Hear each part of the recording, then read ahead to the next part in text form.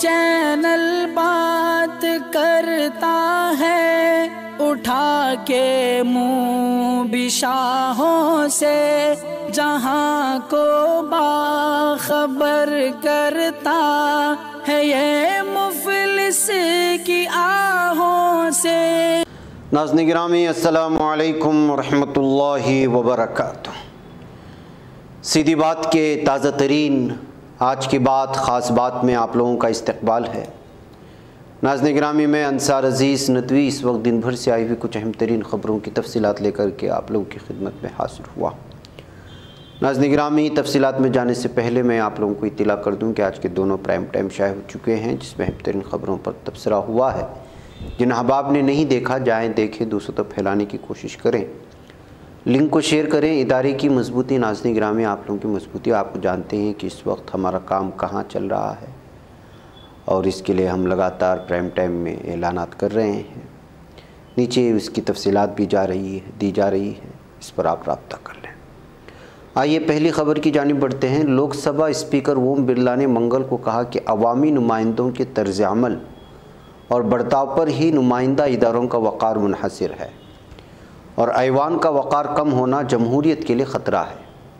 اوم برلا نے parliament house complex میں Lok Sabha secretariat کے زیر اہتمام منعقدہ مہاراشٹر قانون ساز اسمبلی اور قانون ساز کونسل کے اراکین کے لیے ایک روشن خیالی پروگرام میں اپنے خطاب میں اراکین اسمبلی سے کہا کہ نمائندہ اداروں کے رکن ہونے کے سبب ان اداروں کے وقار کو بلند کرنے میں تعاون کریں۔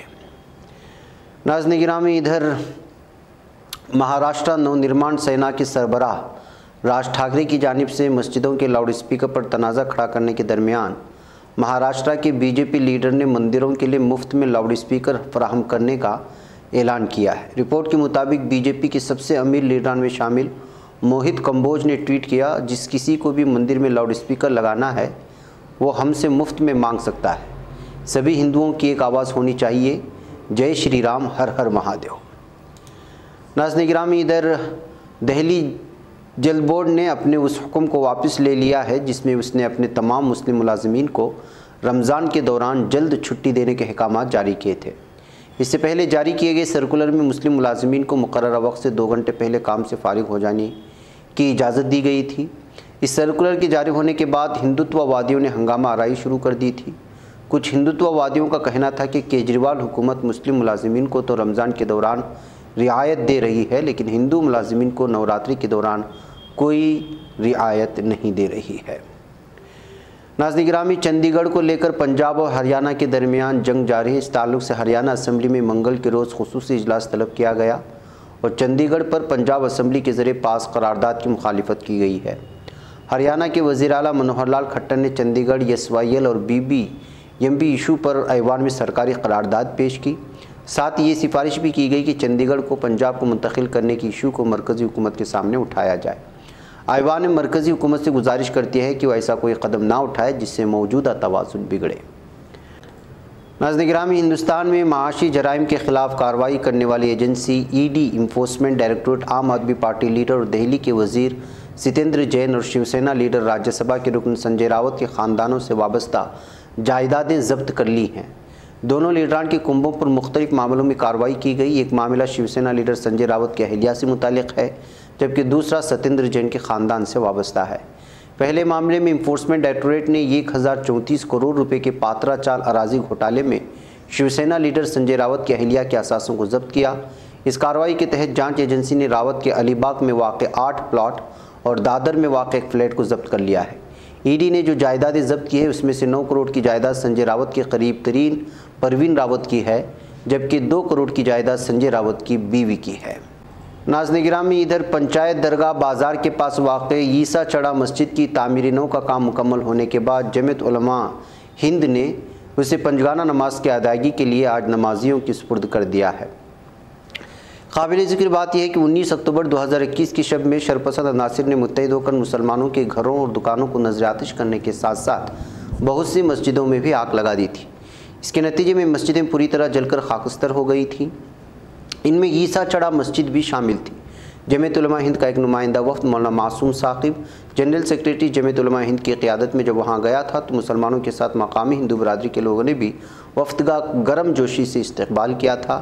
پردھان اور ممبران وفد کو بتایا تھا کہ مسجد کو جلانے والے باہر کے لوگ تھے۔ ناظرین گرامی، ہندوستان پاکستان سرحد پر واقع جیسلمیر ضلع میں آج صبح ایک بڑا حادثہ پیش آیا۔ یہاں ایک بس کرنٹ کی زد میں آ گئی، جس کے باعث بس میں سوار 8 مسافر جھلس گئے۔ 8 میں سے 3 لوگوں کی موت ہو چکی ہے، جبکہ 5 دیگر زیر علاج ہیں۔ مسافروں میں سے ایک کی حالت تشویشناک ہے۔ سی ایم اشوک گہلوت نے حادثے پر افسوس کا اظہار کیا۔ حادثے کے بعد گاؤں والوں کی بڑی تعداد موقع پر جمع ہو گئی۔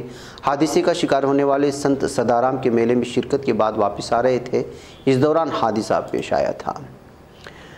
پوست کی کاشت پر پابندی عائد کرنے کا فیصلہ افغانستان سے سامنے آ چکا ہے۔ ناظرین گرامی، جب جنوبی افغانستان میں اس وقت پوست کی کاشت کا موسم ہے، لیکن اسی درمیان میں پابندی عائد کر دی گئی۔ طالبان کے ترجمان نے کہا ہے کہ پوست کی کاشت کرنے والے کسانوں کو جیل بھیجا جا سکتا ہے، ان کی فصلوں کو جلا دیا جائے گا۔ پوست کا استعمال ہیروئن کی تیاری میں کیا جاتا ہے۔ طالبان کی طرف سے جاری حکم نامے میں ہیروئن کے علاوہ حشیش اور شراب کی تجارت کو بھی غیر قانونی قرار دے دیا گیا ہے۔ ناظرین، یمن کے وزیر خارجہ احمد عواد بن مبارک نے خبردار کیا ہے کہ حوثیوں کی فائرنگ کی کارروائیوں کی وجہ سے جنگ بندی خطرے میں آ گئی ہے۔ ٹویٹر پر ایک بیان میں بن مبارک نے حوثیوں پر فوجی توسیع کو جاری رکھنے کا الزام عائد کیا۔ ان کا ماننا ہے کہ جنگ بندی کا بڑی خوشی کے ساتھ خیر مقدم کیا گیا، لیکن حوثیوں کی موجودہ کارروائیوں سے اسے خطرہ لاحق ہے۔ حوثیوں نے فوجیوں کے مورچوں اور گاڑیوں کے ساتھ اپنی پوزیشن مضبوط کی ہے اور ڈرون اور توپوں سے حملے شروع کر دیے ہیں۔ ناظرین، ادھر ہنگری میں کراسنگ پر ٹرین کی منی بس ٹکرانے سے 5 افراد ہلاک جبکہ 13 افراد زخمی ہیں، جن میں 2 کی حالت نازک بتائی جا رہی ہے۔ نیشنل ایمبولینس سروس کے ترجمان پال گیوریفی نے ہنگری کی نیوز CMT کو ایک بیان میں کہا ہے کہ سونگرا ڈسنات کے علاقے کے مائنڈرس میں 5 افراد موقع پر ہی ہلاک ہو گئے جبکہ 13 افراد زخمی، جن میں سے 2 کی حالت اس وقت تشویشناک بتائی جا رہی ہے۔ ناظرین، ترکیہ ریڈی میڈ گارمنٹس کی صنعت میں رواں سال کے 3 مہینوں میں جنوری تا مارچ کے عرصے میں 16.2% اضافے کے ساتھ ہمہ وقتی ریکارڈ توڑ دیا ہے، جس سے $5 ارب 458 ملین کے برآمدات حاصل ہوئی ہیں۔ ترکیش ایکسپورٹرز اسمبلی TIM کے اعداد و شمار کے مطابق مارچ میں ترکیہ کی برآمدات میں پچھلے سال کے اسی مہینے کے مقابلے میں 19.8% اضافہ ہوا اور اس کی مقدار $22.7 بلین رہی ہے۔ ناظرین، مغربی افریقہ گزشتہ 10 سالوں میں خوراک کے شدید ترین بحران کا سامنا کر رہا ہے۔ لندن میں قائم بین الاقوامی انسانی تنظیم آکسفیم کی جانب سے دیے گئے ایک بیان میں کہا گیا ہے کہ ساحل کے کچھ حصوں میں گزشتہ سال کے مقابلے میں اناج کی پیداوار میں 1/3 کمی واقع ہوئی ہے اور بنیادی غذائی مواد کا ذخیرہ تقریباً ختم ہو رہا ہے۔ یہ بتاتے ہوئے کہ لاکھوں لوگوں کو خشکسالی، سیلاب، تنازعات اور کووڈ-19 کی وجہ سے نقل مکانی کرنی پڑی، اس بات پر زور دیا گیا کہ گزشتہ 5 سالوں میں خوراک کی قیمتوں میں 30% اضافہ ہوا ہے اور روس یوکرین جنگ نے حالات کو مزید ابتر کر دیا ہے۔